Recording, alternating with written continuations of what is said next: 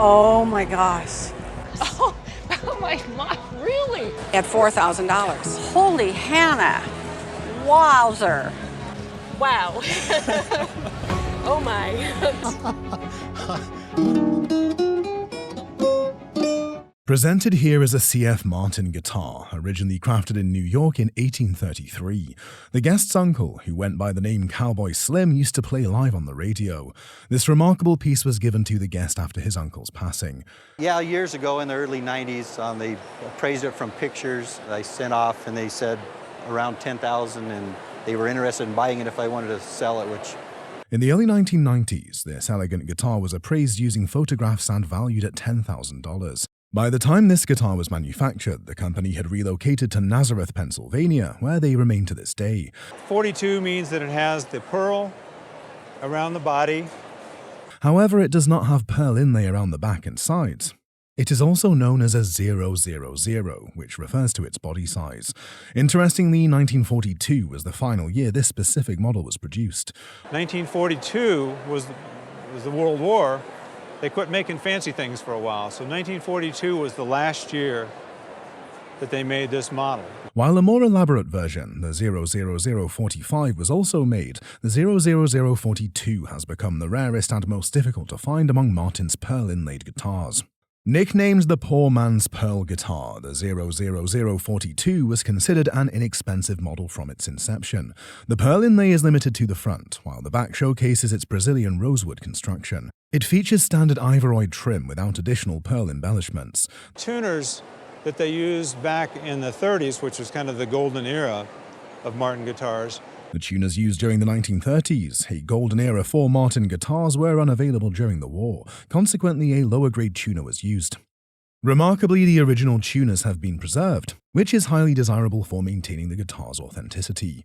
On the front, the guitar features an ebony bridge and an ebony fretboard bound in ivory. This model gained popularity about 10 years ago, when Eric Clapton played a 00042 on his iconic Unplugged album. This guitar represents an extraordinarily clean and well-preserved example of the model. In a retail setting, this rare and exceptional piece would command a significant value of between $65,000 and $75,000. It's pretty good. That sound good to you? Yeah, not for sale, but it sounds good. Oh, good. What we have here is a vintage Fender, purchased brand new by the guest in 1961 and preserved in pristine original condition. Looking at the pictures the guest presented, he appeared to be a real hipster back in 1961. The guest is the guitar's original owner, having acquired it when it was first released. Guitars, which are primarily made of tone woods like mahogany or maple, metal for strings and hardware, and plastic for components like pick guards, are designed for optimal sound quality and durability. He also presented the hat he wore in the picture, which is fantastic. This is the original Fender with the hang tag, also known as a bucklet. It was fortunate that the guest held on to the hang tag. The guest has something special in the neck, called bird's eye maple. What makes this so remarkable is that it has never been refinished, and none of the parts have ever been changed. The pickguard has taken on a greenish hue, and all the control knobs and pickups are exactly the same color, fading slightly with age. He wanted to give me $2,500 for it. Okay. How long ago was that? About 9 years ago. The present value of a guitar like this on the open market would be... It's going to be about $18,000 to $20,000. Oh, wow. I should have bought two of them. This guitar is a time capsule, preserving the rich harmonies of a bygone era. According to the guest, this guitar was purchased from her father-in-law's brother, who was a professional musician. I just know it's a 1938 Martin, and he played it all the time. He really enjoyed it.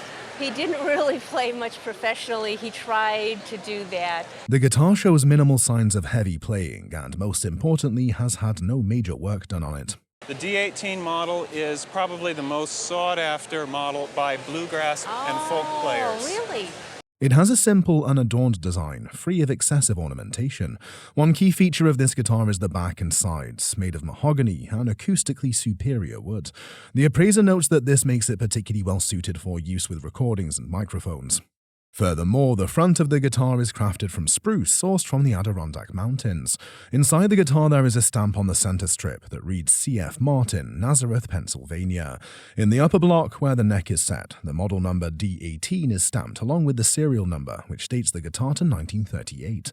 In 1938 was a pivotal year for Martin where they actually changed the bracing, the internal bracing on the guitar. This guitar features advanced bracing, adding to its value and appeal. So I'm just going to feel quickly right in here, and I feel that that X, where the bracing crosses, is very near the sound hole.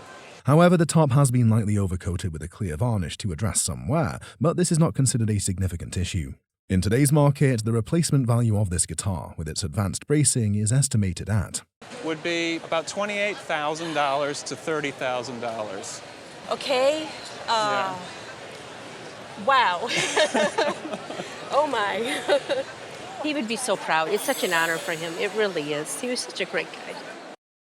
What secrets does this 19th century violin hold within its elegant curves and rich history?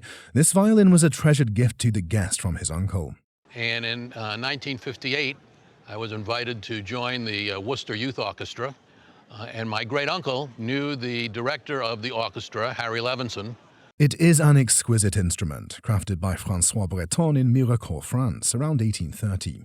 François was one of the most prominent of Mirecourt's violin makers. Several features point to its exceptional quality, including its meticulous craftsmanship and beautifully preserved varnish. According to the appraiser, violins made before 1859 typically featured a baroque or shorter neck, which adds historical significance to this piece. After 1850, they modernized violins so that they could get more volume and better sound out of them. This is many steps above what the normal high school. This violin is far superior to anything a typical high school violinist would acquire, standing as a testament to fine craftsmanship.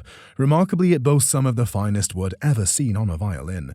Its standout feature is the flaming maple on the back, with such tight and striking patterns that it's as good as it gets. Well, in 1958, $800 would have been a significant investment.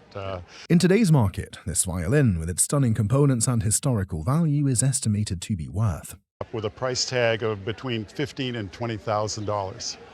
It was very generous, uncle. In the world of fine string instruments, few names resonate as strongly as Ansaldo Poggi. Widely regarded as one of the greatest Italian luthiers of the 20th century, Poggi's instruments are celebrated for their superb craftsmanship. He is one of the most important of the 20th century Italian makers. So he was a Stradivari enthusiast, and he studied with the man Giuseppe Fiorini, who bought all the tools and the remnants of the Stradivari workshop and gave them to the city of Stradivari. Tonal richness, and adherence to the traditions of the Bolognese school of violin making. The model on display is one of Poggi's creations, crafted in 1967.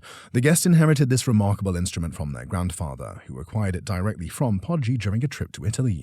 Took a detour to Bologna to meet up with the maker. What did he pay for it? The number that comes to mind as a kid was $600. A label on the instrument, located near the base, bears the inscription Ansaldo Poggi in Bologna 1967, further enhancing its authenticity. Typical of Poggi's work, this viola was meticulously handcrafted, showcasing the precision and dedication of the renowned luthier. The body is made of fine-grained spruce, chosen for its exceptional resonance and tonal quality. The back features flamed maple, with a beautiful even grain that enhances both the instrument's aesthetics and its sound projection. Poggi also employed flamed maple in the peg box and scroll, demonstrating his attention to detail and commitment to quality. While many of Poggi's works are unsigned, leading to numerous copies circulating in the market, the appraiser is confident that this piece is original, given its outstanding characteristics. Additionally, the interior of the viola bears an inscription written in Poggi's own handwriting, further confirming its authenticity. Considering that this instrument is an original Poggi creation and boasts such exceptional features, it would be issued for For insurance purposes, I would put this at $330,000. Okay. Okay. Okay. Well, I don't intend to sell it. There's something about the look of a 1965 Fender Jaguar and a 1964 Fender Stratocaster that screams retro cool. Featured on the show is a pair of musical instruments, a 1965 Fender Jaguar and a 1964 Fender Stratocaster. These guitars originally belonged to the guest's father, who played in a band with some of his friends. He got tired of them being unreliable, so he decided to teach all of us kids an instrument. Oh, wow. So he made a family band. He made a family band. Out of you all. Yes. The Stratocaster is one of the most iconic guitars ever made, renowned for its versatility and timeless design. By 1964, it had already established its reputation as the go-to guitar for rock, blues, and pop music.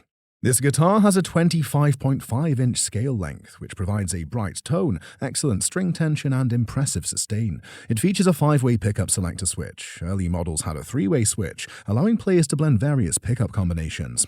Despite being several decades old, this guitar shows only minor wear and would command a high price at auction. In the $20,000 range. Oh, really? On the other hand, the 1965 Fender Jaguar was designed as Fender's top-of-the-line model when it was introduced in the early 1960s, appealing to surf rock players and beyond. Known for its shorter scale length and complex electronics, it was highly innovative for its time. Unlike the Fender Stratocaster, the Fender Jaguar has a 24-inch scale length, making it more comfortable for players with smaller hands or those who favor faster chord changes. This particular Jaguar features the Transition logo, as it was manufactured shortly after Fender was sold to CBS in 1965. In '65, Leo Fender sold the company to CBS, and that's considered some sort of a benchmark as far as quality. Among collectors, this model has become highly sought after over the years and is estimated to be worth. These are in the $5,000 to $7,000 range. Okay. Oh, really? Yeah. Wow. So this is Wow. your big boy. Yeah. We figured that as much. Oh, but, did you? I mean, that it was more expensive. More expensive. Yeah. The guest who presented this item on the show inherited it from his father, who purchased it in 1953. From a pawn shop in Dallas. He scraped up money and went hitchhiked there and bought it at a pawn shop. This model features a striking butterscotch blonde finish, which has become one of its signature characteristics. The authenticity of this Fender Esquire can be confirmed by examining the serial number stamped on the bridge. The Esquire's pickup includes pole pieces that are evenly spaced across the top. One notable feature of the 1952 Esquire, a transitional model, is the combination of slotted screws securing the pickguard, along with 2 Phillips-style screws positioned at either end of the control plate. On the body of this instrument, there is an inscription reading TG, representing the initials of Tadeo Gomez. Gomez, a renowned Mexican instrument maker, was celebrated for his exceptional skill in crafting high-quality string instruments. Tadeo Gomez, who was almost by now a legendary neck carver for Fender, worked there a long, long time. He earned recognition for blending traditional techniques with innovative craftsmanship. The neck of this particular Fender Esquire was carved by the legendary Tadeo Gomez, which significantly enhances its value. Vintage musical instruments like this 1952 Fender Esquire are highly sought after, and at auction, this piece would be worth Probably closer to $30,000 because it's so clean. Wow. So a collector would mean a great deal. Okay. This violin is a bridge between centuries, echoing the legacy of the Galliano family's unmatched craftsmanship. The guest inherited this remarkable violin from her uncle, who originally owned it. I started to enjoy it when I was in high school, and then I played it through college. And recently, I've just played it in my daughter's preschool and grade school, and last December, This extraordinary instrument originates from the Galliano family of Naples and dates back to around 1800 to 1810. The Galliano family was a renowned dynasty of luthiers whose craftsmanship dominated the violin-making world from the early 1700s to the late 1800s. According to the appraiser, the Gallianos were the preeminent family of makers in Naples during this period. What makes this violin particularly intriguing is that it was likely a collaboration between 2 generations of the family. Inside the instrument, a label reads Nicola Galliano, referring to the most famous and possibly the most prolific member of the family. However, this violin also reflects the craftsmanship of his sons, Joseph and Antonio, making it a true family masterpiece. Remarkably, the violin is in excellent condition. It is a classic Galliano model with a powerful broad arching, a hallmark of their exceptional designs. That's what makes this violin always a favorite for professional players who are kind of on a budget or just starting. The top of the violin is believed to be made from Italian red spruce, a wood prized for its acoustic properties. As we go up, we see a lot of wear to the front of this scroll, and that gives us a clue to its age. The back and sides, crafted from Yugoslavian maple, feature a stunning two-piece design, with much of the original varnish still intact despite its age. Notably, the area at the back, where it frequently slid in and out of its case, shows a smooth, worn flatness, a subtle sign of its long journey through time. Adding to its value is a bow crafted in France by the renowned shop of Jean-Baptiste Vuillaume, considered the most distinguished violin dealer of his era. He had a whole crew of bow makers. Among them, which was his favorite, was Francois-Nicolas Voisin.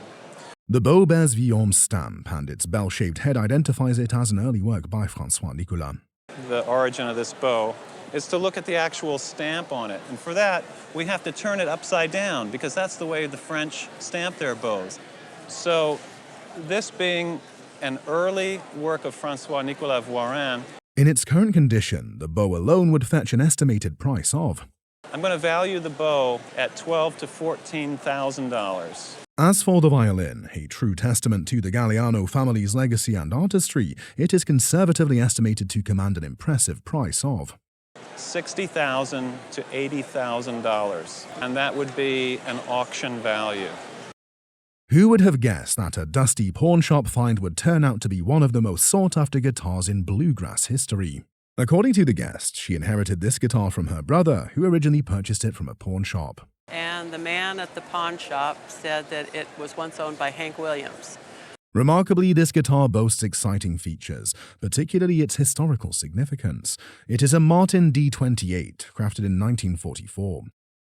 The appraiser, an experienced bluegrass player, described it as the holy grail for bluegrass enthusiasts. 1944 was the last year that they did scalloped bracings. Now, we can't show this on camera because we can't take your guitar apart, but when we were over at the musical instrument table, we got a mirror. Inside the guitar's top and back are features indicating scalloped bracing, a detail that enhances its distinct sound and makes it highly sought after. One of its standout characteristics is the herringbone trim around the edges, adding to its visual and historical appeal.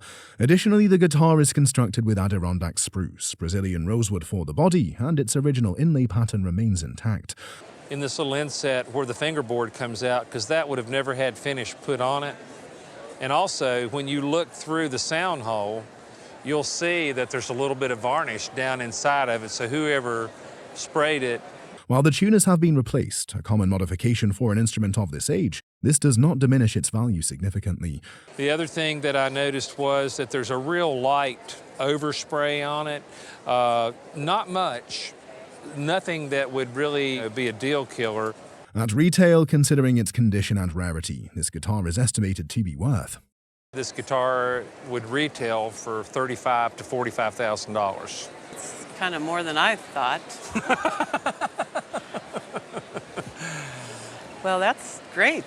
That's unbelievable. Step back to 1953, when a legendary luthier's hands brought this custom D'Angelico archtop jazz guitar to life, a masterpiece of its era. The guest's father purchased this guitar for him in 1953. Went on from there. I was on the road for a few years with a few bands, and now I'm here. Yeah. This John D'Angelico archtop jazz guitar shows signs of normal playing wear, adding character to its storied history. John D'Angelico was a luthier from New York City, noted for his handmade archtop guitars and mandolins. Remarkably, it still retains the original sales receipt, handwritten by John D'Angelico himself at the time of purchase. In John D'Angelico's hand from when your father purchased this, right, on October 19th, 1953. Every D'Angelico guitar was essentially custom-made, and this one is no exception. And John D'Angelico is, by acclaim, the greatest archtop guitar maker ever. This particular guitar features a medium neck with a custom dark finish and originally came with a pickup, although it is no longer present due to the disintegration of the pickguard. Everything about this guitar represents top-tier craftsmanship. Notably, this instrument was crafted during 1953, widely regarded as the golden era for D'Angelico guitars. At retail, this vintage masterpiece would be valued at... would sell in the range of $30,000 to $35,000 at retail.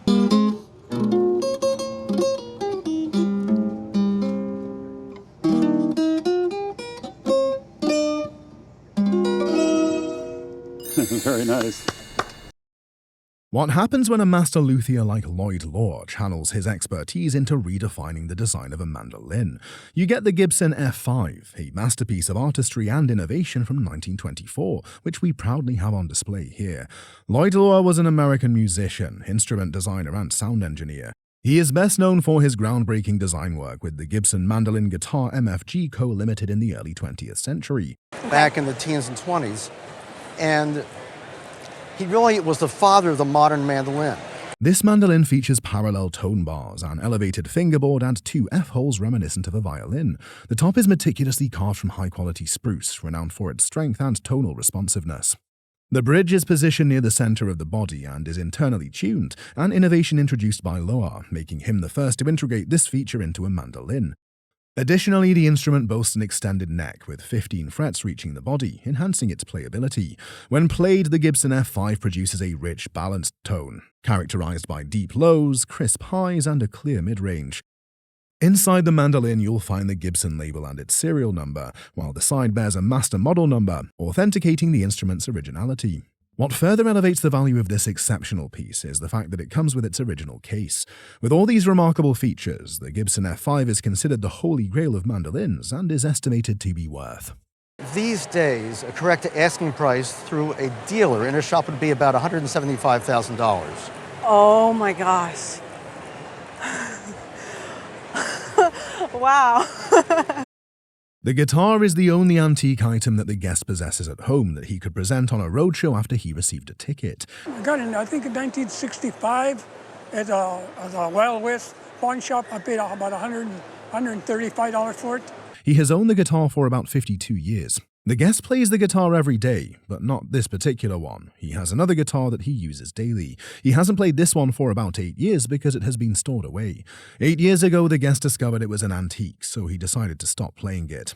It dates back to 1962 and is a Stratocaster, which is evident from the decal on the headstock. What makes it unusual is the custom color, Sonic Blue.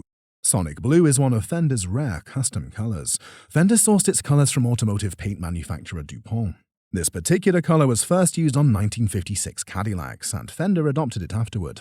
However, the color wasn't very popular. More popular custom colors included Olympic White, Candy Apple Red, and a darker shade of blue called Lake Placid Blue. What has really elevated these guitars into legendary status is the fact that John Lennon and George Harrison each owned one. And there's session photos of those two guys playing matching Sonic Blue Stratocasters for that recording session. Now, George Harrison later repainted his with all kinds of fancy swirls. This connection has made Sonic Blue the mythical color for an early 1960s Stratocaster. That's what I've been offered, but... So what were you offered for it? I was offered $35,000 for it one time, and then I refused that, and they offered me $40,000. In today's market, at a specialty vintage guitar auction, a fantastic guitar like this might have a significant value of. A guitar like this might bring $45,000 and maybe even higher. This classic guitar was given to the guest's father for his 11th birthday in October of 1962. It is a left-handed Stratocaster that was custom ordered. However, not by my grandfather, who bought it for him by somebody else who didn't have the money to pay for it. And so it was available just sort of on a fluke. Moreover, the guest presented a photograph of his father posing with the Stratocaster. So popular at that time, all the great rock bands of the time, the Ventures, the Beach Boys, they all used this guitar. What made the guitar a little bit more unusual was the fact that it is a left-handed model. That said, another thing that made it particularly interesting was the fingerboard. It is what is called a slab fingerboard, which was later changed to a different style, making it even more exceptional. The serial number on the instrument can tell the year it was made, and it is well known that it was made in 1962, as the guest possesses a sales brochure from that year. The 1962 sales brochure indicates that this particular model of Stratocaster was priced at $289, reflecting its exceptional craftsmanship and appeal. This is what we call a custom-ordered instrument, as the color, Olympic White, was a custom color. It was a special order. Additionally, this guitar is in almost perfect shape. There's very little wear on the instrument at all. This is a very light guitar, which makes it easy to play. This instrument is highly desirable today due to its exceptional playability and the rich history behind it. However, being a left-handed model, it makes it a little harder to sell because there are fewer buyers. The appraiser consulted with his colleagues about the item, and it is believed that, in this condition, with the original case the guest possesses, everything at retail would be valued at $48,000 on it. Are you serious? I'm serious. Today's guest showcased a violin and a French bow made by her grandfather, Nicolas Heinz. My mom and dad always called him Pops. He died in 1945, so I never got to meet him. But he made violins and he repaired violins for the Philharmonic, the Boston Pops, the New York Symphony. He worked for a company for a while and then he opened up his own shop. And when he passed away, my mother took one of his violins and I played this violin since I was in 2nd grade. And Heinz was a violin maker active during the 18th century, primarily associated with the Mittenwald School of Luthiery in Bavaria, Germany. His violins are renowned for their exceptional craftsmanship, rich tonal quality, and adherence to traditional construction techniques. He started training as a violin maker when he was 14 years old. So he studied with Frederick Koenig, who was a violin maker in New York City. And so your grandfather, from the age of 14 to 19 years old, trained with one of the top makers in the United States. This particular violin bears a label on the inside with the inscription Nicolas Heinz, violin maker and repairer, and is also branded with Heinz's initials. As is typical of Heinz's work, this violin is crafted from traditional materials. The belly is made of spruce, while the back and ribs are fashioned from flamed maple. It features beautifully carved pegs at the top and an intricately designed tailpiece. Due to the skill and reputation of its maker, in an auction, this violin would be worth. I would value my baby at $12,000. The guest also brought along her grandfather's tools, which he used to craft violins. These are his knives for carving. Correct. And this little tiny plane is a violin maker's plane. It's used to do the fine arching that would be around the edges of the instrument. Another fascinating item in this collection is a photograph of Nicolas Heinz posing in front of his shop, with violins displayed in the background. The bow in this collection is a French bow, stamped with the word Paris, indicating its origin. In a retail setting, this bow would easily command a price of. I would value this bow at $4,000. holy Hannah, wowzer. Shut the front door, girl. Are you serious? Yeah, it's a beautiful bow. Wow. This presented guitar is a 1956 Gibson L5C, a model celebrated for its craftsmanship and tonal quality. Once owned by the stepfather of a guest who was formerly a guitarist for the Mills Brothers, this instrument holds both musical and historical significance. Norman Brown was the guitarist for the legendary Mills Brothers, serving in that capacity for over 30 years, beginning in 1936. Brown's tenure with the Mills Brothers solidifies the guitar's connection to one of the most influential vocal groups in music history. Key features of the Gibson L5C include its strings, fingerboard, and soundbox, all of which contribute to its renowned playability. Crafted from premium woods, the choice of materials enhances both its tonal resonance and the overall playing experience. The guitar's meticulous construction reflects Gibson's commitment to quality and performance during the mid-20th century.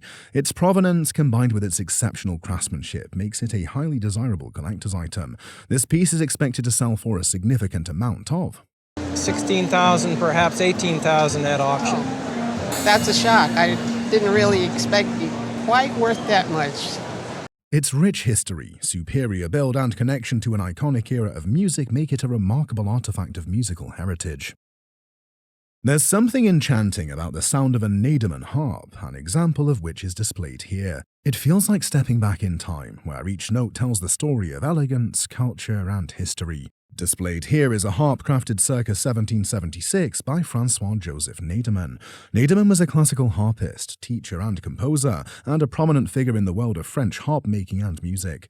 The guest purchased this piece at an estate sale, falling in love with it at first sight. So I ran over to the home and I looked at the harp and I said, oh, it's like really an antique. It's not anything for a student. It couldn't even be strung to pitch. So the next morning I called the woman who had been running the estate sale and I said, I need to get that harp. That's such a beautiful harp, and I'm a harpist, and I want to share it with people. On one side of this exquisite instrument, Nademan's stamp is visible, adding authenticity to the piece. The soundboard bears a delicate painting of roses, likely created by an artisan from one of the royal workshops in the late 18th century. So 1776 was the year of the rose. You often find this on these French instruments. They have an association with a particular year. At the front of the instrument there is a replacement for what would have originally been the French coat of arms, the fleur-de-lis. Harps like this were specifically made for members of royal families, but the fleur-de-lis was removed after the French Revolution. These are the pedals that are responsible for raising the pitch on the strings through the hook mechanism. Furthermore, the harp still retains its original feet, a remarkable feature as it is exceedingly rare to find an 18th century Nademan harp with its feet intact. These are the pedals that are responsible for raising the pitch on the strings through the hook mechanism. It also still has some of its original strings, a feature that further enhances its value. Nademan's harps are highly collectible, and because this particular one still retains most of its original components, the appraiser estimates its value to be. The value of it today would be $60,000. Wow, that's a lot, wow. The guest's husband acquired the violin in 1965 from a violin shop in Washington, D.C. He couldn't afford it at the time, and then in the meantime we got married and things got a little better. He went to get it, and it was gone. It had been sold. Before the guest met him, he had seen the violin in the same shop and wanted to buy it, but couldn't afford it at the time. But as years went on, about maybe 5 years later, he got a call from the shop and said, "That violin is back." The guest's husband was a professional player. He was a violinist all his life and also a teacher. This violin bears its original label, Nicolas Lupeault à Paris, 1798. Lupeault was probably the most famous of all French violin makers and was often referred to as the Stradivarius of France. He moved to Paris in 1798 after working in Orléans, not far from Paris. This is a very nice copy of a golden period Stradivari violin. It is an example that the appraiser needed to spend quite a lot of time with when he first examined it, trying to decide if it was authentic. Lupeault is a difficult maker to identify because everyone in France during the 19th century was trying to copy his work. It has several characteristics attributed to Lupeault. One of them is the scribe line that he used to mark the center line of the instrument, which he did not remove. That as a maker he used to scribe the center line of the instrument, but he didn't remove. Most makers remove it when they finish the head. The purfling consists of a sandwich of 3 strips of wood. It is a decorative strip around the perimeter of the top and back of the violin. The appraiser noted that the dark part of the outer lines is whalebone. Whalebone is a characteristic material used by Lupeault. The varnish is a very dark, vibrant brownish-red color, which is typical for Lupeault. The back and sides are made from very select maple, often called tiger stripe maple or curly maple. The sides are also maple, and the front is spruce.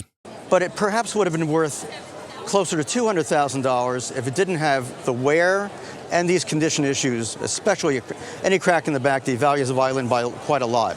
There are a few condition issues, mainly a crack that extends all the way up, along with round patches which detract from the value. The bow is marked with the number 7. It is a very fine French violin bow from the second half of the 19th century, from the school of Dominique Picard. However, it was not made by Dominique Picard himself, but by one of the workers who followed his style. In a retail setting, this classic violin would be priced at a significant value of $140,000. The fine French violin bow would be valued at a retail price of valued more in the range of $20,000, so $7,000 was a little cheap. Wow, that's good. Thanks for bringing it. Thank you very much. The guest bought this guitar from a gentleman he worked with, who had purchased it from a guitar instructor in Ogden, Utah. The piece, dated 1957, was acquired by the guest in 1960 or 1961. He has enjoyed playing it and has taken lessons using it. This Stratocaster, manufactured by the Fender Company founded by Leo Fender, was produced in 1957, though it may also date to 1958. It has a blonde finish, although it is understood that they didn't begin making the blonde finish until 1958. The finish could be mistaken for the Olympic white finish, but a lot of the grain can be seen through it. This detail makes it feel more like a blonde finish rather than the Olympic white. The Olympic white finish was a more opaque white, while this finish allows the grain to show through more prominently. The serial number indicates it is from sometime in 1957, although it is from the later part of the year. It features a well-crafted neck that offers exceptional playability. The piece appears original without conducting a thorough inspection, but the only modification made has been the replacement of the strings. It features a maple neck, a maple fingerboard, black dot inlays, an original decal, untouched original pickups, an original whammy bar, and an original tweed case with red lining. It seems to include a Fender Deluxe amplifier from the same period, which appears to be in decent condition. How much did you pay for it back in 1961? I paid, as much as I can recall, about $300. In the past year or so, the value of this model has skyrocketed. All solid-body Fender and Gibson guitars have seen significant increases in value. This classic piece, in its current condition, would be valued at a retail level. On a scale of 1 to 10, with the case, strap, and guitar being original, at approximately $50,000 to $60,000. Oh, my word. Takes my breath. This classic violin was given to the guest's family by the guest's aunt and was later inherited by the guest. The guest's family believe that it is actually from the 16th century because it has a label that says Caspar Tiefenbrucker 1595. Got a label that says Gaspar Tiefenbrucker 1519, and it's something that your great aunt played in recital. Yes, and she was it's quite a been musician. And it's been in your family all this time. This violin features a very unusual style. Instead of a spiral scroll, it has a carved man's head. Some believe that the head represents the maker, Caspar Tiefenbrucker. The carving on this example is quite fine, especially the details in the beard, the eyes, and all the facial features, including the hooked nose. There is actually an etching of Caspar Tiefenbrucker that this carving appears to be based on. Toward the bottom of the instrument, the beautifully inlaid flamed maple fingerboard is a notable feature. Moving down the face of the violin, various relief carved motifs are visible. On the sides, the wood is inlaid to resemble an old city scene. On the back, the design is striking, demonstrating outstanding craftsmanship and meticulous attention to detail. It features 3 types of decorations: relief carving at the top, an oil painting, and intricate inlaid woods that depict a scene of an ancient city. This piece is not actually from the 16th century. It is a French instrument made in the 1800s, likely by the shop of Desarets in Mirecourt, France. The piece includes a case and a bow. Examining the bow, it appears rather plain and seems to have not been used for quite some time as the hair is broken. As we take it out, we see that it's actually a very fine bow. In its simplicity, it's got a certain elegance. The bow was probably made in the late 1940s in the shop of Eugène Sartori in Paris. It features mother-of-pearl inlay in the eye of the frog and beautiful sterling silver fittings. It also has a beautifully carved head, which was entirely hand-carved using knife work. This bow by Eugène Sartori is a classic example from one of the most innovative makers of the 20th century. When the bow is turned, a stamp on the shaft can be seen. The value of the classic violin is estimated to be. The value of your violin is between $3,000 and $4,000. The value of the bow, although it was purchased to accompany the violin, is probably worth. Probably for $100. In a retail setting, this entire ensemble is worth a substantial amount of. Is worth at a retail violin shop $14,000 to $15,000 today. Holy smokes. When was the bow made? Late 1940s. No kidding. Wow. With a serial number of just 0047, this 1954 Fender Stratocaster is one of the earliest models ever made, marking it as a true icon of music history. Bought this 14 years ago from the original owner's oldest son. According to the appraiser, the best way to date an older Stratocaster is by examining the serial number, found on the back plate at the base of the neck. This serial number confirms it is the 47th Stratocaster ever produced, excluding a few prototypes. That would actually place it in the year 1954. The guitar remains nearly all original, with only the knobs and pickup covers replaced due to natural decomposition from years in storage. And have you got any of the originals of those? Right, they just kind of fell apart, though they were so brittle. So I do have the pieces, though. They do tend to decompose in the case. Made from ash, the original wood used for these models, the craftsmanship of this piece is remarkable. Its ash body is perfectly quarter-sawn, a rare feature that showcases an extraordinary level of precision. Unlike typical examples with visible grain rings, this wood resembles the precision seen in violins or acoustic guitars. You see these absolutely straight grain. Right. Any idea of the value? I paid $3,000 for it. I paid a lot of money for it. This attention to detail makes it a standout example of early Fender quality. The Stratocaster's design and condition make it a highly sought-after collectible. Today at auction, this 1954 Fender Stratocaster is valued at between $50,000 and $70,000. And I think that not too much would be taken off just for the knobs and the pickup covers being replacements. But from the hands of a cowboy band guitarist to the stage of music legends, this 1952 Fender Esquire is a true piece of history. The guest's father-in-law, who played in a cowboy band during the 50s and 60s, originally owned this Fender Esquire.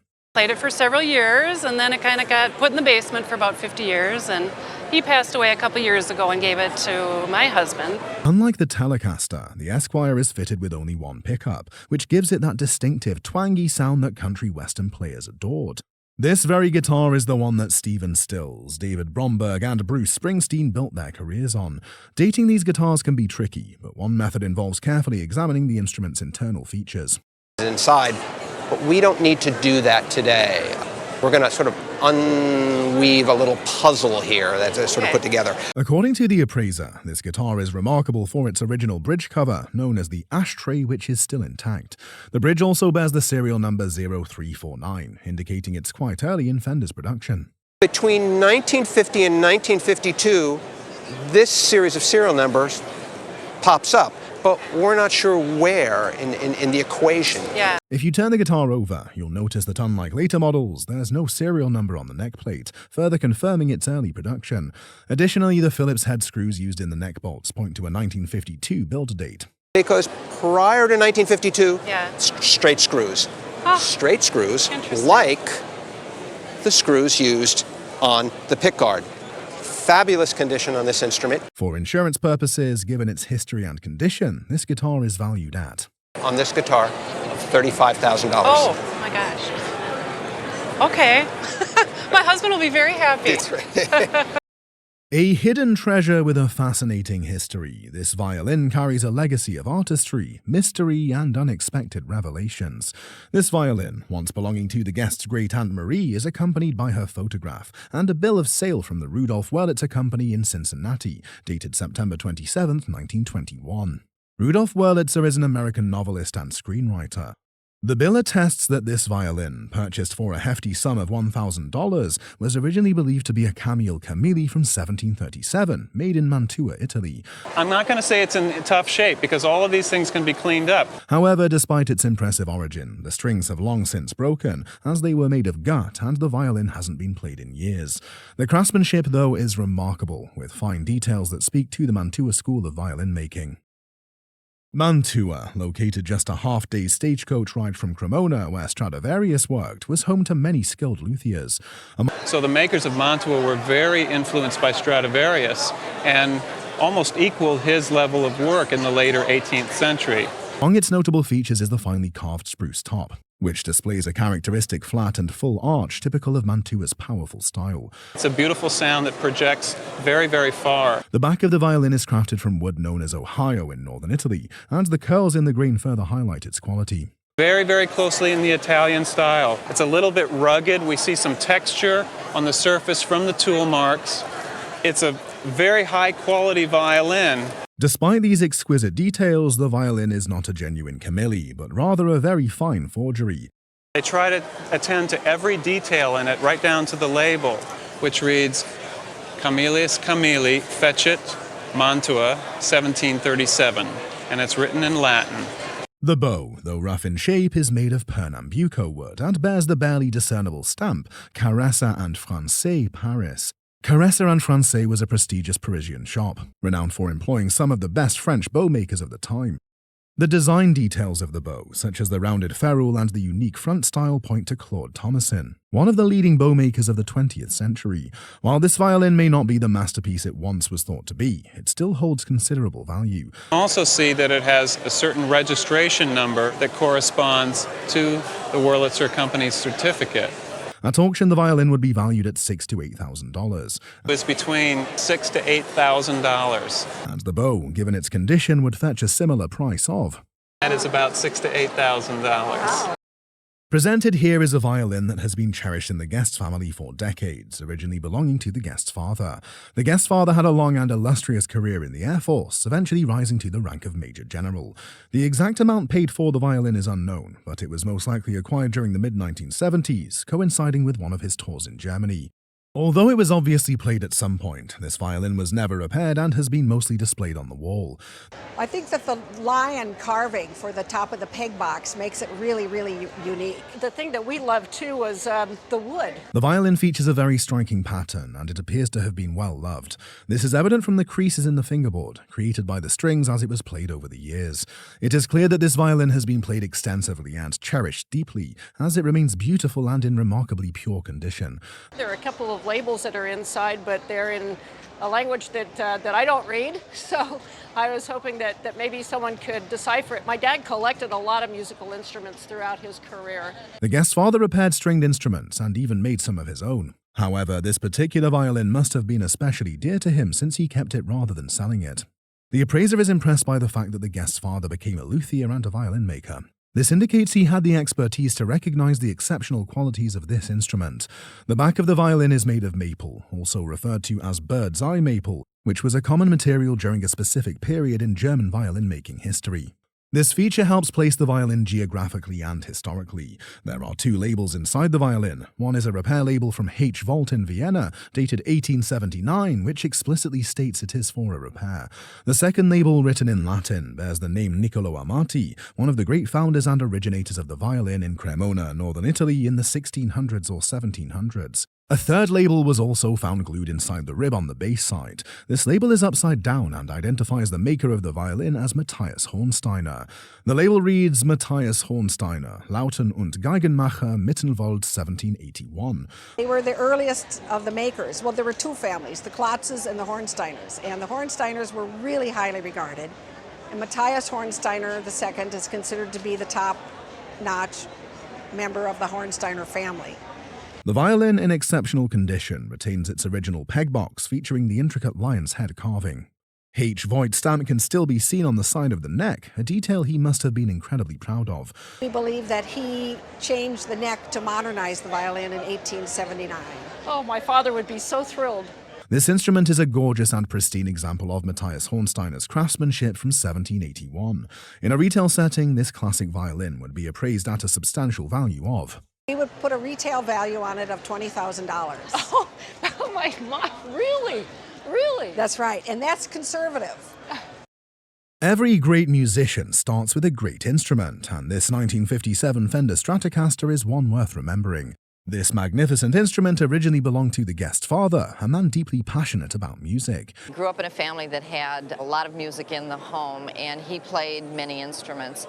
He always aspired to have an electric guitar from, I think, the time they were probably invented. The instrument is a Fender Stratocaster, a legendary guitar that debuted in 1957. Its features include a maple neck with a distinctive skunk stripe, a hallmark of pre-1958 designs. Another defining characteristic tracing its origin to 1957 is the two-tone sunburst finish, which remains vibrant and striking. This finish, instead of being black to red to yellow, is black to yellow. Additionally, it boasts a non-laminated plate over the tremolo area on the back, a feature typical of its era. The maple fingerboard at the front adds to its allure, and the neck, when removed, reveals a date stamp of 857, confirming its authenticity. Inside of here, there's a date of 857, and that matches with everything else that I saw on the guitar before I did that, so it made me feel comfortable in thinking it is that. The pickguard is period correct, a non-laminated white guard with screws that appear untouched since its creation. Every element of this guitar, from the parts to the patina, speaks of its originality and remarkable preservation. At auction, this extraordinary guitar, considering its excellent condition, would command an estimated value of... I would guess somewhere in the neighborhood of 15 to 17,000. And it's a nice thing. You're very lucky. Oh my gosh. Oh, my dad is smiling somewhere. So. That's terrific. Crafted in an era of war and resilience, this cornet holds echoes of a legacy that transcends time, etched in its every curve and detail. This cornet originally belonged to the guest's great-great-grandfather, George Warren, and has been passed down through the family. It was presented to him by the 15th Regiment of Indiana. According to the appraiser, this is an E.G. Wright rotary valve cornet which debuted in 1861. Among its notable features are the string-action rotary valves, 4 in total. Additionally, it is a large bore cornet, characterized by its slightly wider body compared to the more slender standard cornet design. And you can see here the string rotary valves, which are actuated by these levers.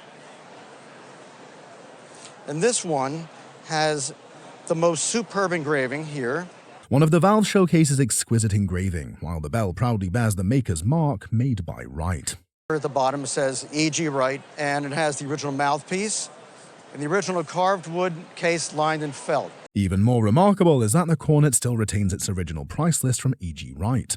E.G. Wright was a Boston-based brass instrument maker in the 19th century. I consider E.G. Wright to be the foremost maker of brass wind instruments in the United States in this period.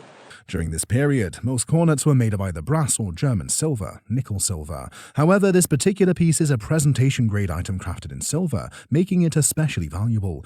For insurance purposes, given its extraordinary condition, this heirloom cornet would be valued at about $35,000. Yeah, that would surprise me. They say the label tells the story, but with this violin, the mystery lies beyond the signature. And my instructor told me that I needed a better violin than the one I had, and we paid $600 for it, which was a lot of money. This violin is a captivating piece of history and craftsmanship. Inside, a label reads J.B. Viaume, Paris 1861, complete with a signature. Well, I'm a big fan of the work of J.B. Viaume. He started work in Paris about 1820. He died in 1875. J.B. Viaume was a French luthier, businessman and inventor and winner of many awards. However, the appraiser noted an intriguing contradiction. The signature is only on the label, not written inside the instrument, which deviates from Viaume's known practices. In 1861, Viaume didn't include dates on his labels, opting instead for numbered markings. He didn't put his date on the label. All he did was number them, and we know that certain numbers correspond to certain dates. Despite this anomaly, the violin showcases remarkable French craftsmanship. The appraiser was particularly struck by the flawless detailing, especially in how the purfling flows elegantly into the corners, a testament to exceptional skill. The conclusion that I came to is that indeed this is a French violin, and the date on the label is not far off, but I would put it more after the death of J.B. Viaume. Dated posthumously to around 1880, after Viaume's death, the violin reflects the work of artisans who continued his legacy, including the renowned Derazay. And there were some workers that worked for Viaume who continued working. While the appraiser couldn't definitively attribute the violin to Derazay, its quality is undoubtedly on par with his work. In excellent condition, this extraordinary violin holds a retail value of. I would value this violin in the retail market today at $25,000. Oh, wow. That's great. That is great. Dating back to the 19th century, this exquisite violin exemplifies the craftsmanship of its era, with intricate details and a rich tonal history. In a fascinating twist of fate, the guest's youthful passion for the violin, which led to the acquisition of this stunning instrument, gave way to a new harmony, a career in engineering. I got it in 1962, and it cost about $1,200, a lot of money, especially for somebody like myself. Initially attributed to the early 18th century, this violin's provenance was later revised following an appraisal, revealing it to be an early 19th century reproduction. Even though it's not as old as originally thought, the appraiser still considers this violin to be a significant instrument with a great history. The violin bears a label indicating its maker as Hendrik Willems of Ghent, Netherlands, dated 1728. Like a puzzle piece falling into place, the violin's true identity is revealed, a creation of the revered Kuipers school where Netherlands' finest luthiers once plied their trade. In the late 18th century, the Kuipers family, a dynasty of skilled craftsmen, began to make a name for themselves in the world of violin making. With each successive generation, their skills honed and their reputation grew. The Kuipers school became synonymous with excellence, attracting apprentices from far and wide. Under the guidance of master luthiers like Petrus Kuipers and his sons, the Kuipers school flourished, producing instruments that were sought after by musicians and collectors alike. Their violins, violas, and cellos were renowned for their exquisite craftsmanship, rich tonal colors, and impeccable playability. With the precision of a detective, the appraiser assembled the clues that confirmed this violin's status as a genuine Kuipers school masterpiece. Right back here, you can see that there's a certain kind of a dry scaling pattern that's very typical of the varnish of the Dutch school. So they used a glue ground underneath the varnish. A further distinctive characteristic of this violin, consistent with the Kuipers school tradition, is the meticulous purfling that adorns its body. Purfling is done in a very masterful way, and it's extremely difficult to do. It's a very bold, very black purfling, but it's done beautifully. Ultimately, the appraiser's expert assessment confirms this violin as a rare and valuable find, dating back to the 1820s, with its authenticity and conditioning warranting a significant retail value of. Today, a conservative value in the retail market would be $25,000. Oh, great. That's a lot more than I thought it was. As a relic of a bygone age, this vintage violin offers a fascinating glimpse into the social and cultural context of its time, with its beauty and craftsmanship transcending the boundaries of history. The violin's provenance includes a personal connection to the guest's family, specifically their grandmother, who played the instrument with great passion. As it turns out, the guest's grandmother picked up this amazing violin while on a grand tour of Europe with her family. It's interesting, part of the story, she's purchased this, or her family has purchased this instrument in Italy and then brought it back to the United States. With evident enthusiasm, the appraiser draws attention to the violin's Italian attributes, showcasing its unique features and heritage. Furthermore, the meticulous attention to detail observed in the F-holes is similarly evident on the violin's back, underscoring the maker's commitment to excellence. in edge work around the outer bouts, and as it approaches the corners, it actually scoops out. Typical Italian style. The subtle, thinly applied varnish on this instrument is consistent with 19th century craftsmanship, providing a key indicator of its age. I'm going to say 1810, 1820 in that period. In the realm of violin making, few names shine as brightly as Johannes B. Cerruti, the visionary craftsman who breathed life into this breathtaking masterpiece. As a child, Cerruti would watch in awe as local luthiers worked their magic, entranced by the sweet scent of varnish and soft glow of workshop lanterns, knowing his destiny lay among the shavings and strings. Under the guidance of Cremona's master craftsman, Johannes honed his skills, learning the ancient secrets of violin making. As Johannes' talents blossomed, so did his reputation. Musicians from across Europe flocked to Cremona, seeking instruments that would elevate their art. Today, Johannes B. Cerruti's instruments are treasured by collectors and musicians alike. With its amazing history tied to Johannes B. Cerruti and being in such great shape, this violin is worth. I'd give it an estimate of between $18,000 and I'd probably say $26,000, somewhere in that range at auction. Wow. Wonderful. Like a time capsule of sound, this vintage guitar holds within it the echoes of a bygone era, waiting to be rediscovered. Like a treasured family heirloom, this guitar holds a special place in the guest's heart, its history woven into the fabric of her husband's life, who lovingly owned it since the 1940s. He was a cowboy, and he played the guitar, and he was a musician. He did play. Yeah, he could make that sing, and he played it all his life. The guest takes a trip down memory lane, recalling her husband's favorite moments with the guitar. He'd put the guitar on the back of his saddle and take it down and sing to the dudes when they'd get down below. The origins of this guitar can be traced back to the C.F. Martin Company, a renowned manufacturer based in Nazareth, Pennsylvania, where it was built in 1938. In 1833, Christian Frederick Martin, a German immigrant with a passion for music and craftsmanship, founded the C.F. Martin & Company. With a commitment to quality and innovation, Martin set out to create instruments that would inspire generations of musicians. As the years passed, Martin's guitars gained a reputation for their exceptional tone, playability, and beauty. The company's pioneering spirit led to the development of new guitar designs, shapes, and sizes, including the iconic Dreadnought, which revolutionized the music industry. Through the decades, C.F. Martin & Company has remained family-owned and operated, with a dedication to preserving traditional craftsmanship while embracing modern techniques. C.F. Martin had a clever way of naming their guitars, using a code that indicated the style and size of each model. First it was the size by the 3 zeros, and then a hyphen, and then 42 was the style. And the style of this guitar was one of the highest that they sold. Dating back to the 1918 to 1943 production period, this C.F. Martin 00042 guitar exemplifies the finest materials and attention to detail characteristic of this esteemed model. All inlaid with abalone pearl. We have wonderful abalone cat's eyes and snowflakes that run up the ebony fingerboard. Given its exceptional condition and reputation as a premier instrument, this guitar is likely to appeal to discerning collectors with a value range of. This would easily sell between $20,000 and $25,000. Oh, yes, it's not for sale, but it's nice to know that. Good for you. Before us stands a violin that once belonged to a guest's great aunt, who tragically passed away as a child around the turn of the century. What strikes the appraiser is that this violin, like so many others, is covered in dust. It has bug larvae in the case, and the case is falling apart, which suggests it has been abandoned for years.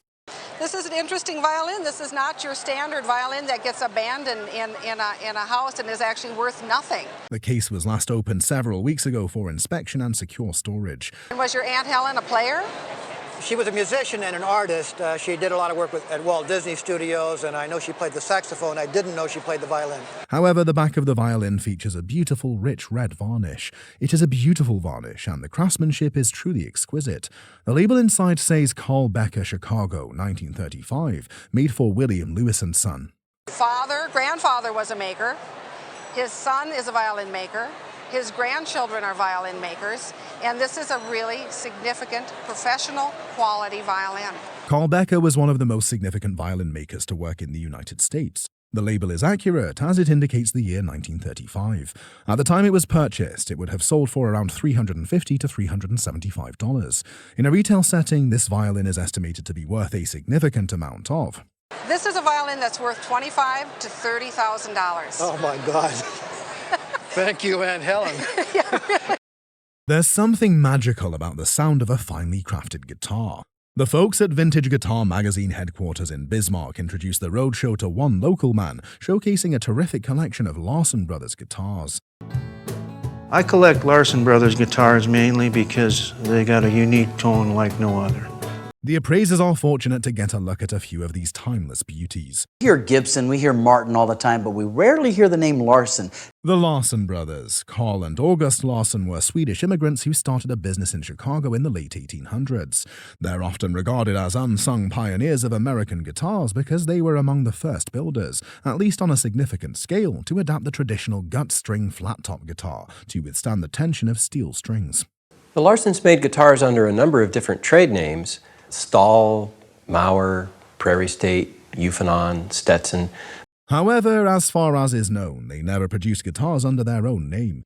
One notable example is a harp guitar with 6 sub-bass strings, made by the Larsons but marketed by W.J. Dyer and Brothers out of St. Paul, Minnesota. The large hollow arm and sub-bass strings produce a sonorous mellow tone, which was ideal for offsetting the treble-heavy sound of most mandolin ensembles.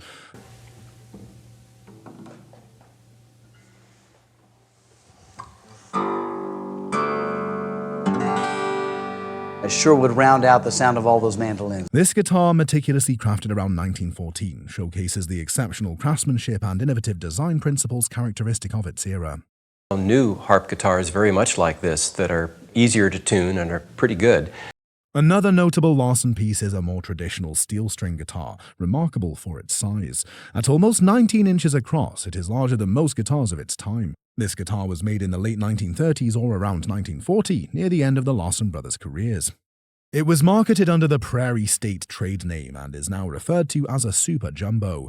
How the Larsons described this guitar at the time is not known, but it remains one of the largest flat-top guitars ever made. Next to it is a guitar from about 10 years earlier, a standard-size guitar of that era. The Larsons took out several patents for their innovations to strengthen guitars, 2 of which are evident in this Super Jumbo model. One visible feature is the steel bar, which helps stabilize the body under the immense tension of the strings. The other feature, not visible, involves laminated braces that support the top. These braces had a hardwood layer sandwiched between 2 outer layers of spruce, making the top bracing significantly stiffer to withstand the tension. In a retail setting, this 1914 masterpiece would command a significant price of. It's going to be about $5,500 retail. This Super Jumbo guitar in a retail setting would also command a substantial price of. This one's going to cost you $22,000 to $25,000 retail. Really great to hear the story behind the Larson brothers and the unsung heroes of these steel string guitars. Thanks so much for sharing. You're welcome. An exquisite cello with a phony label, a bow of gold mountings, and a legacy of craftsmanship, this masterpiece carries the signature of the Klotz family and a story worth thousands. The appraiser was captivated by this exquisite cello, attributed to the renowned Klotz family. Klotz was arguably the most prominent violin-making dynasty in Mittenwald, Germany. This has a Klotz label in it, which I'm not going to show the camera because it's actually a phony label. While the cello bears a label reading George Klotz, it is believed not to be his work, but rather crafted by another member of the Klotz family. Distinctive Klotz characteristics, such as the elegant sound holes and the beautifully carved back, are evident in this instrument. The scroll is very German of the period, very Mittenwald, with this wonderful extra little turn. Showcasing the family's signature craftsmanship. According to the guest, her family acquired this remarkable cello for her in the late 1950s, making it a cherished heirloom. We were in Chicago and I needed to graduate from a 3/4 cello to a full-size cello. And we bought this, we paid probably about $750 or $800, which was a lot of money at that time. Additionally, the bow accompanying the cello was purchased in 1969 from a shop in Philadelphia. It was crafted by W.E. Hill & Sons, a prestigious London firm renowned for its violin and bow-making expertise. Notably, the bow features gold mountings, further emphasizing its quality and value. For retail purposes, the bow, in its excellent condition, would be valued at Perhaps between $4,000 and $5,000. The cello, given its rarity and status as a professional-grade instrument, would command an impressive price of. 18 to 22,000. It was a good investment. Every instrument tells a story, and this violin whispers of Italian elegance and mastery. Possessions including this violin. He was actually, I guess, he was in the army, and apparently he met her right at the crossing. And This is a remarkable violin that captivates the gaze and commands admiration. Inside it bears a label of Romeo Antoniazzi, a name synonymous with highly regarded instruments. Now, the heyday of this shop was right around 1900. And Romeo Antoniazzi's instruments are highly regarded. However, this particular violin wasn't crafted by Antoniazzi himself, but was sold through his shop. Italian workshops of the time often affixed their labels to instruments made by other skilled makers to enhance their perceived value, a common practice in Italy. The appraiser confidently identified the actual maker of this violin based on unique design elements that deviate from Antoniazzi's style. These elements align precisely with the work of Claudio Gamberini of Bologna, who crafted this violin around 1920. Noteworthy is the violin's raised edge, known as a beaded edge, a feature that adds to its allure. How rounded off it is, and how it's thicker than the rest of the plate. Equally intriguing is the wood used, a northern Italian species called oppio, known for its tight curl, fine figure, and exceptional acoustic properties. Gamberini also used a varnish that was laid on quite thin. The elongated peg box, culminating in an oversized scroll eye, further sets the instrument apart. All of these are recognizable traits of Gamberini's work. With its exceptional condition and craftsmanship, this violin holds a significant retail value of At about $28,000 to $35,000. that's really interesting. What we have on the display table today is a Fender Telecaster, inherited by our guest from his brother. This guitar was manufactured by the Fender Company in 1953 and features a black pickguard. This one's from 1953. In late 54, they changed to the white pickguard rather than the black. Later models were equipped with white pickguards. The guitar's bridge has a cover commonly referred to as the ashtray, due to its resemblance to a literal ashtray when removed. Beneath the bridge cover, there is a serial number that serves as authentication for this piece. It boasts a blonde nitrocellulose lacquer finish, allowing the natural wood grain to shine through. Additionally, the guitar's neck is crafted from a single piece of maple, a hallmark of early Telecasters, offering excellent resonance and sustain.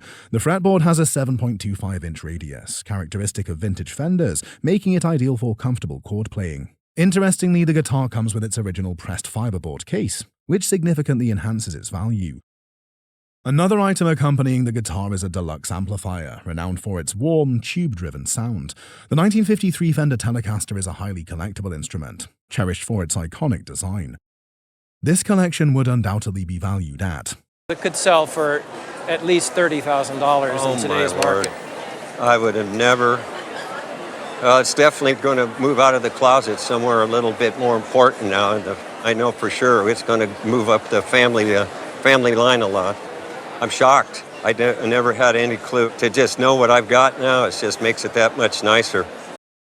Music talent is often recognized from a young age, with only a few exceptional children standing out. This guest's journey began with inspiration from her teacher, leading her to purchase a beautiful violin back in 1963. It cost $180. At that point, I was having to pay for the music lessons, and my parents didn't have the $180, so they told me, if you can come up with half the money, we'll get it for you. We'll make up for the rest. It was a second-hand find, and while the violin came without a bow, her father, who also played the violin as a child, gave her one to complete the set. When you buy a violin, it doesn't necessarily come with a bow.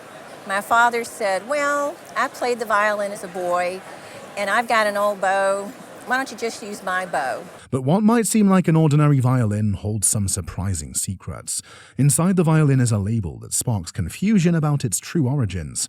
It has a label on the inside, and it says Salvatore Rossani, Milano, 1910. So one thinks immediately that it was made in Italy. Though it's labeled as being made in Italy, the appraiser quickly recognizes it as being a German-made instrument. This was a time when German violin makers sometimes used Italian labels to give their instruments a marketing edge. Despite the mix-up, this violin is still an excellent example of early 20th century German craftsmanship.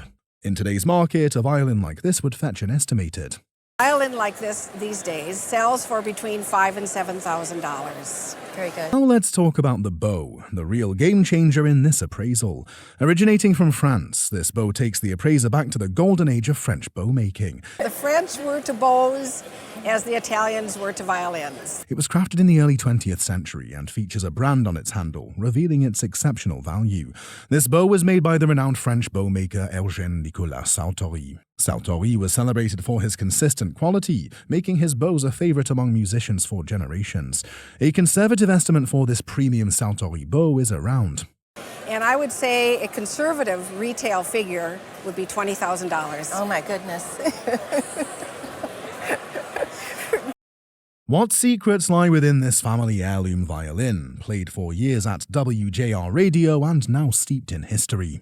This is the violin the guest's grandfather played in his orchestra at WJR Radio for years, a cherished family heirloom passed down through generations. The guest also brought 2 fabulous photos showing the orchestra recording at WJR, offering a glimpse into its storied past. Recording at WJR, but they didn't write the names on the back of the pictures, so I don't know who they are. According to the appraiser, the violin has a noticeable crack running along the belly of the instrument. Inside, a label reads Jean-Laurent Clément, a maker in Paris. Jean was one of the première Parisian luthiers and experts of his generation. He was a violin maker himself, but he employed some of the top makers of the period. However, the appraiser noted that the quality of the craftsmanship, materials and varnish are absolutely typical of Georges Charnot, suggesting it may be his work. This violin dates back to around 1820, and the wood is remarkably classic. Spruce for the belly and maple for the back, ribs, neck and peg box, materials used in violins since the 1500s. The peg box, it would be maple. It's very beautiful maple. Adding to its charm is a stunning alligator leather case, exceptionally well preserved. The leather has been preserved. It's also just very sharp and very much of the period of these pictures. On the retail market, this violin would command an extraordinary price of... In the retail market, would sell for at least $30,000 to $40,000. Oh, wow. The alligator case alone would be valued at $350. Would sell for at least $350. Oh, okay. So just the case Yeah. itself, I think, is Yeah. significant in the world of cases. Wow.